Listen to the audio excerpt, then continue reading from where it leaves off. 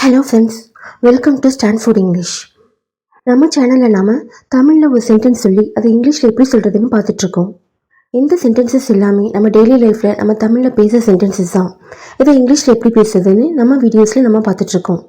இது உங்களுக்கு யூஸ்ஃபுல்லாக இருக்கும்னு நினைக்கிறேன். வீடியோ பிடிச்சிருந்ததுன்னா வீடியோக்கு ஒரு லைக் கொடுத்துருங்க. நம்ம சேனலை சப்ஸ்கிரைப் பண்ணி வச்சுக்கோங்க. ஃபர்ஸ்ட் ஒன், வேகத்தை குறை. இப்போ நம்ம கார்லேயோ டூ வீலர்லேயோ போயிட்டுருக்கோம். ரொம்ப ஃபாஸ்ட்டாக போகிறாங்கன்னு வச்சுக்கோங்க. ரொம்ப ஸ்பீடாக போகாத, வேகத்தை குறைன்னு சொல்லுவோம்ல. இது இங்கிலீஷில் எப்படி சொல்லணும் சொல்லுங்கள், ட்ரை பண்ணுங்கள். இதை நம்ம டெய்லி லைஃப்பில் நம்ம எல்லாருமே சொல்லியிருப்போம் இல்லையா? இதை இங்கிலீஷில் எப்படி சொல்லணும் சொல்லுங்கள் பார்க்கலாம். Slow down. ஸ்லோ டவுன்னா வேகத்தை குறை அப்படின்னு அர்த்தம். Slow down. என் கூட சேர்ந்து சொல்லுங்கள். Slow down, slow down. Next one, நான் சொல்வதை செய். நம்ம வழக்கமாக சொல்லுவோம் இல்லையா, நான் சொல்கிறத செய், வேறு எதுவும் செய்யாத, இப்படி சொல்லுவோம்ல. குழந்தைங்க கிட்டேலாம் இந்த சென்டென்ஸை ரொம்ப யூஸ் பண்ணுவோம் இல்லையா? இதை இங்கிலீஷில் எப்படி சொல்லணும் சொல்லுங்கள். Do what I say. Do what I சே.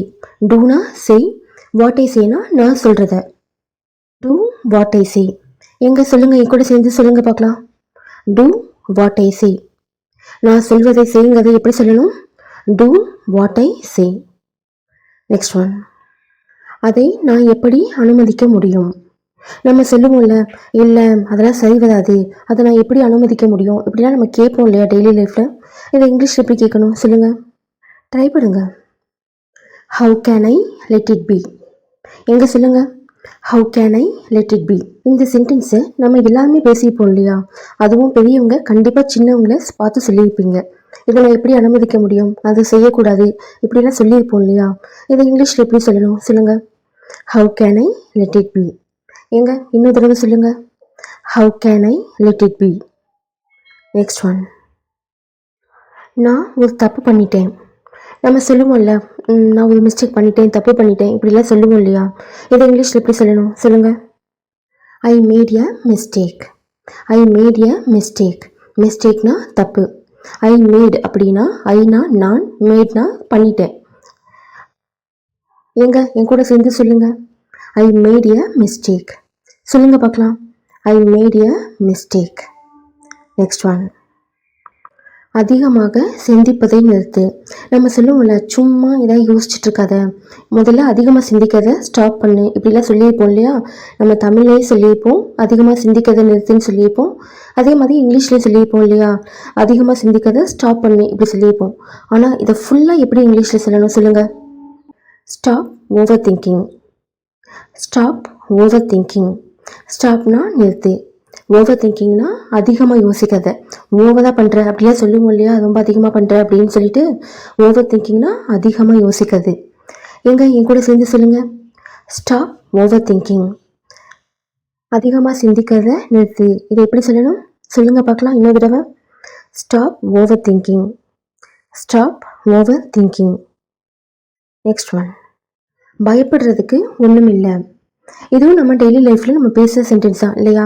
இப்போ குழந்தைங்க போய் கீழே விழுந்துருவாங்க, நம்ம என்ன சொல்லுவோம், தேய்ச்சி விட்டுட்டு பயப்படுறதுக்கெலாம் ஒன்றும் இல்லை, சீக்கிரம் ஆறிடும், இப்படிலாம் சொல்லுவோம் இல்லையா? இதை இங்கிலீஷில் எப்படி சொல்லணும் சொல்லுங்கள் பார்க்கலாம். ட்ரை பண்ணுங்கள். Nothing to fear. Nothing to fear. நத்திங்னா ஒன்றும் இல்லை, ஃபியர்னா பயப்படுறது. பயப்படுறதுக்கு ஒன்றும் இல்லைங்கிறதை எப்படி சொல்லணும்? Nothing to fear. என் கூட சேர்ந்து சொல்லுங்கள். Nothing to fear. Nothing to fear. Next one, அவன் இன்னும் தயாராகலை. இப்போ வீட்டுக்கு பையன் காணா, அவன் ஃப்ரெண்ட்ஸ் யாராவது வந்திருப்பாங்க. நம்ம என்ன சொல்லுவோம், அவன் இன்னும் ரெடி ஆகலை, கொஞ்சம் வெயிட் பண்ணு, இப்படிலாம் சொல்லியிருப்போம் இல்லையா? He is not yet ready. He is not yet ready. என் கூட சேர்ந்து சொல்லுங்க. He is not yet ready. He is not yet ready. Next one, நீ எங்கே இருக்கிறாய். இதை நம்ம டெய்லி லைஃப்பில் நம்ம எல்லாருமே பேசுகிற டைலாக் தான். எடுத்தோடனே என்ன பண்ணுவோம், யாராவது ஃபோன் பண்ணுறாங்க அப்படின்னா, நீ இப்போ எங்கே இருக்க அப்படின்னு கேட்போம். இதை தானே எல்லாருமே கேட்போம். இதை இங்கிலீஷில் எப்படி கேட்கணும் சொல்லுங்கள் பார்க்கலாம். Where are you. ரொம்ப சிம்பிள் தாங்க. Where are you. வேர்னா எங்கே, யூனா நீ.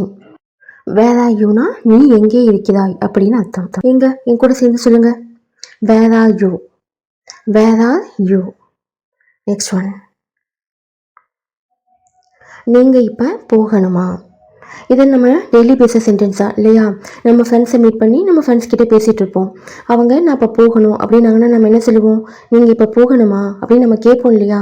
இதை இங்கிலீஷ் எப்படி கேட்கணும் சொல்லுங்கள் பார்க்கலாம். Do you want to go now? Do you want to go now? அப்படின்னா நீங்கள் இப்போ போகணுமா அப்படின்னு அர்த்தம். என் கூட சேர்ந்து சொல்லுங்கள். Do you want to go now?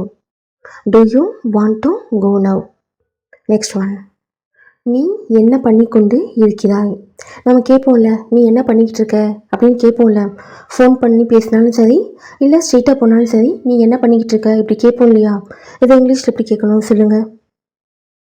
What are you doing? What are you doing அப்படின்னா நீ என்ன பண்ணிக்கிட்டு இருக்க அப்படின்னு அர்த்தம். என் கூட சேர்ந்து சொல்லுங்கள். What are you doing? இது நம்ம டெய்லி லைஃப்பில் நம்ம எல்லாமே பேச சென்டென்ஸ் தான் இல்லையா? எடுத்த உடனே நீ என்ன பண்ணிக்கிட்டு இருக்க அப்படின்னு தான் கேட்போம். இதை இங்கிலீஷில் வாட் ஆர் யூ டூயிங்னு கேட்கணும். சொல்லுங்கள். What are you doing? இன்னொரு தடவை சொல்லுங்கள். What are you doing? Next one. வருகிற திங்கட்கிழமை. நம்ம சொல்லுவோம்ல, வர திங்கக்கிழமை வீட்டில் விசேஷம், இல்லை வர திங்கக்கிழமை நான் ஃபாரின் போகிறேன், இப்படி ஒரு கிழமையை மீன் பண்ணி நம்ம சொல்லுவோம் இல்லையா? இந்த வர திங்கக்கிழமை அப்படிங்கிறத இங்கிலீஷில் எப்படி சொல்லணும் சொல்லுங்கள். யோசிங்க. நம்ம எல்லாருமே இந்த டைலாக் சொல்லியிருப்போம் இல்லையா?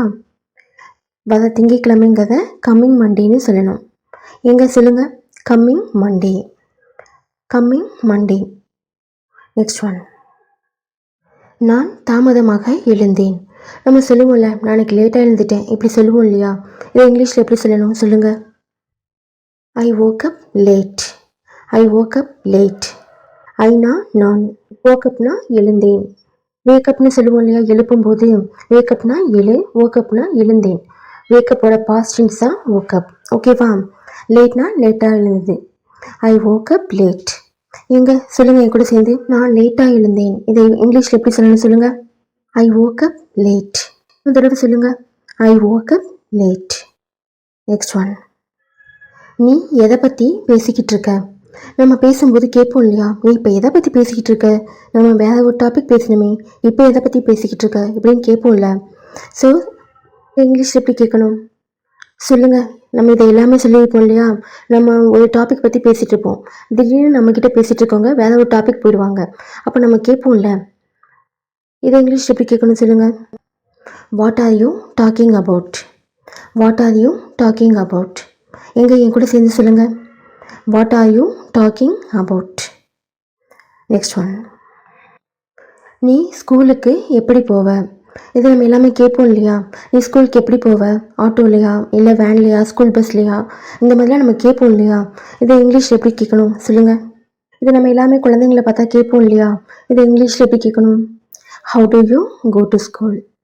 How do you go to school அப்படின்னா நீ ஸ்கூலுக்கு எப்படி போவ அப்படின்னு அர்த்தம். என் கூட சேர்ந்து சொல்லுங்கள் பார்க்கலாம்.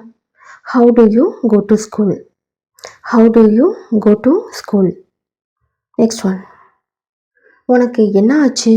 நம்ம கேட்போம்ல, நல்லா இருந்தியே, திடீர்னு உனக்கு என்ன ஆச்சு அப்படின்னு நம்ம கேட்போம்ல. இதை இங்கிலீஷில் எப்படி கேட்கணும்னு சொல்லுங்கள். யோசிங்க. நம்ம எல்லாருமே சொல்லியிருப்போம் இல்லையா? அதை what's wrong with you? What's wrong with you அப்படின்னா உனக்கு என்ன ஆச்சு அப்படின்னு அர்த்தம். என் கூட சேர்ந்து சொல்லுங்கள். What's wrong with you? What's wrong with you? Next one. ஃபைனலாக உங்களுக்கு ஒரு சின்ன ஹோம்ஒர்க். பயப்பட வேண்டாம் அப்படின்னு சொல்லணும். இதை இங்கிலீஷில் எப்படி சொல்லுவீங்க? உங்கள் ஆன்சர் கமெண்ட் செக்ஷனில் எனக்கு எழுதுங்க. இந்த வீடியோ உங்களுக்கு பிடிச்சிருந்ததுன்னா வீடியோக்கு லைக் கொடுத்துருங்க. இதை உங்கள் ஃப்ரெண்ட்ஸ்க்கும் ஷேர் பண்ணுங்கள். இங்கிலீஷ் கற்றுக்கணும்னு நினைக்கிறவங்களுக்கு இந்த வீடியோ ரொம்ப யூஸ்ஃபுல்லாக இருக்கும். நம்ம சேனலுக்கு நீங்கள் இன்னும் சப்ஸ்கிரைப் பண்ணலைன்னா மறக்காமல் சப்ஸ்கிரைப் பண்ணிவிடுங்க. தேங்க்யூ.